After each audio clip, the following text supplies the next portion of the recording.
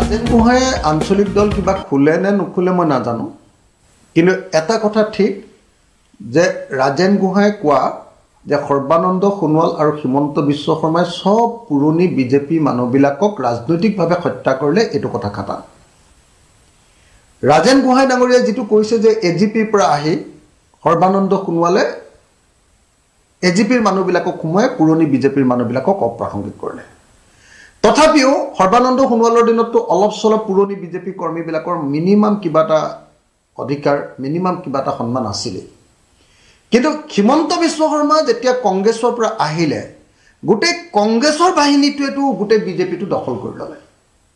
সেইকাৰণে মই সদায় এতিয়া এটা কথা কৈ থাকোঁ যে বিজেপি দলটো আৰু এতিয়া বিজেপি বা ভাৰতীয় জনতা পাৰ্টি নহয়, এইটো হ'ল আজিৰ দিনত HBH কোম্পানী প্ৰাইভেট লিমিটেডৰ বাহিৰে আন একো নহয়। RSSকো কিনি পেলালে আৰু বিজেপিৰ সব মানুহকো অপ্ৰাসংগিক কৰি দিলে, আৰু কংগ্ৰেছৰ পৰা অহা গোটেই দুষ্ট মানুহবিলাকে এতিয়া বিজেপিটো পুৰা মানে কি কৰি পেলালে, দখল কৰি পেলালে। গতিকে এই মুহূৰ্তত এটা কথা খাটাং যে ৰাজেন গোহাঁই কোৱাৰ নিচিনাকৈ যে হিমন্ত বিশ্ব শৰ্মাই বিজেপিৰ সকলো পুৰণা কৰ্মী, নিষ্ঠাবান কৰ্মীক যে ৰাজনৈতিকভাৱে হত্যা কৰিলে, এইটো কথা খাটাং। হিমন্ত বিশ্ব শৰ্মাই যে বিজেপিটোক এতিয়া HBH company private limited, Himanta Biswa Sarma company private লিমিটেডত পৰিণত কৰিলে। ইয়াত যে কোনো গণতান্ত্ৰিক ব্যৱস্থা নাই, ইয়াত যে কোনো দলীয় কৰ্মীৰ কোনো স্বাধীনতা, কোনো স্বাধিকাৰ, কোনো স্বাভিমান ৰক্ষা কৰাৰ অৱস্থা এটা নাই। এই দলটো যে এতিয়া কেইজনমান ধন থকা, টকা পইচা থকা, একদম দুষ্ট মানুহৰ, দুষ্ট ৰাজনৈতিক সপোন দেখা মানুহৰ যে আচলতে সঁচা সঁচিকৈ এটা গেঙত পৰিণত হ'ল, গেং বুলি যাক কয় ইংৰাজীত, গেঙত পৰিণত হ'ল, এই কথাটোকে আচলতে এই মুহূৰ্তত প্ৰতিপন্ন হৈছে। কিন্তু মই নাজানো তাৰ বিপৰীতে ৰাজেন গোহাঁই ডাঙৰীয়াই তেখেতৰ দলৰ ভিতৰত কিয় বিদ্ৰোহ কৰিব পৰা নাই। ৰাজেন গোহাঁইৰ নিচিনা প্ৰাক্তন গোটেই সভাপতিবিলাকক আপোনালোকে চাওক, যিমানকেইজন প্ৰাক্তন সভাপতি আছিলে চবকেতো অপ্ৰাসংগিক কৰি পেলালে। ৰাজেন গোহাঁইক অপ্ৰাসংগিক কৰিলে, তাৰপিছত এই আমাৰ দত্ত কি কয় আপোনাৰ এতিয়া যে MP হৈ গ'ল, কি কয় ৰঞ্জিত দত্তক অপ্ৰাসংগিক কৰিলে। তাৰপিছততো হেৰিয়াক মাৰি পেলোৱাৰ নিচিনাই ৰাজনৈতিকভাৱে আপোনাৰ যিজনে আচলতে বিজেপিলে হিমন্ত বিশ্ব শৰ্মাক আনিছিলে, আমাৰ কি কয় সিদ্ধাৰ্থ ভট্টাচাৰ্য, তেওঁক অপ্ৰাসংগিক কৰি পেলালে। মানে এজনো মানুহ নাই যিবিলাকে বিজেপিটো গঢ়ি তুলিছিলে, তেওঁলোকক সন্মান কৰা এতিয়া মানে বিজেপি দলত কোনো লিডাৰেই নাই। এতিয়া গোটেই পুৰণি যিমানবিলাক সভাপতি আছিলে, ৰঞ্জিত দাস, ৰঞ্জিত দত্ত, সিদ্ধাৰ্থ ভট্টাচাৰ্য, ৰাজেন গোহাঁই, যিমানবিলাক সভাপতি আছিলে চবকে পলিটিকেল মাৰ্ডাৰ কৰি দিলে। এতিয়া সিদ্ধাৰ্থ ভট্টাচাৰ্যই মানে ভৱিষ্যতে MLA চিটটো পায়নে নাই সেইটোৰ ওপৰত এতিয়া টেনশ্যন হৈ আছে। ৰঞ্জিত দাসে ভৱিষ্যতে MLA চিটটোত তেওঁলোকে প্ৰাৰ্থিত্ব পায়নে নাই সেইটোক লৈ টেনশ্যন হৈ আছে।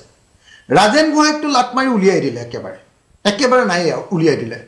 ৰঞ্জিত দত্তক মন্ত্ৰী হ'ব লাগিছিলে, ৰঞ্জিত দত্তক হেৰিয়ালৈ পঠিয়াই দি খতম কৰি পেলালে। আগৰ সভাপতি সৰ্বানন্দ সোণোৱালকটো লাট মাৰি দিল্লীলৈ খেদি দিলে, আপোনালোকে দেখিছে। গতিকে হিমন্ত বিশ্ব শৰ্মাৰ এই লাট খাই খাই প্ৰত্যেকজন সভাপতিয়ে লাট খাইছে। পূৰ্বৰ যিমান সভাপতি আছিলে প্ৰত্যেকজনে লাট খাইছে, প্ৰত্যেকজনক লাট খাই ইয়াৰ পৰা পলাই যাবলগীয়া হৈছে। তেওঁলোকৰ ৰাজনৈতিক সন্মান নাইকিয়া কৰি পেলাইছে, ৰাজনৈতিকভাৱে তেওঁলোকক হত্যা কৰি পেলাইছে, আৰু গোটেই বিজেপি দলটোক এটা Himanta Biswa Sarma company and private limited, HBH company private লিমিটেডত পৰিণত কৰিছে। এইটো হিমন্ত বিশ্ব শৰ্মাৰ বাহিনী বা হিমন্ত বিশ্ব শৰ্মাৰ দাদা ব্ৰিগেডত পৰিণত কৰি বিজেপি দলটোৰ ভিতৰত থকা সকলো গণতান্ত্ৰিক অৱস্থাটো নাইকিয়া কৰি এতিয়া বিজেপিটোক মোটামুটি খতম কৰি পেলালে। কংগ্ৰেছৰ গোটেইকেইটা মানুহে আহি বিজেপিটোক গ্ৰাস কৰি পেলালে, টেক অভাৰ কৰিলে। টেক অভাৰ কৰা বুলি কয়, কোম্পানী যেনেকৈ টেক অভাৰ কৰে, বিজেপিটোক হিমন্ত বিশ্ব শৰ্মাই টেক অভাৰ কৰি পেলালে। এইটোৰ নাম হৈ গ'ল এতিয়া HBH কোম্পানী প্ৰাইভেট লিমিটেড। মই মানে ৰাজেন গোহাঁয়ে আঞ্চলিক দল কিবা খোলে নে নুখোলে মই নাজানো, কিন্তু এটা কথা ঠিক যে ৰাজেন গোহাঁয়ে কোৱা যে সৰ্বানন্দ সোণোৱাল আৰু হিমন্ত বিশ্ব শৰ্মাই সব পুৰণি বিজেপি মানুহবিলাকক ৰাজনৈতিকভাৱে হত্যা কৰিলে, এইটো কথা খাটা।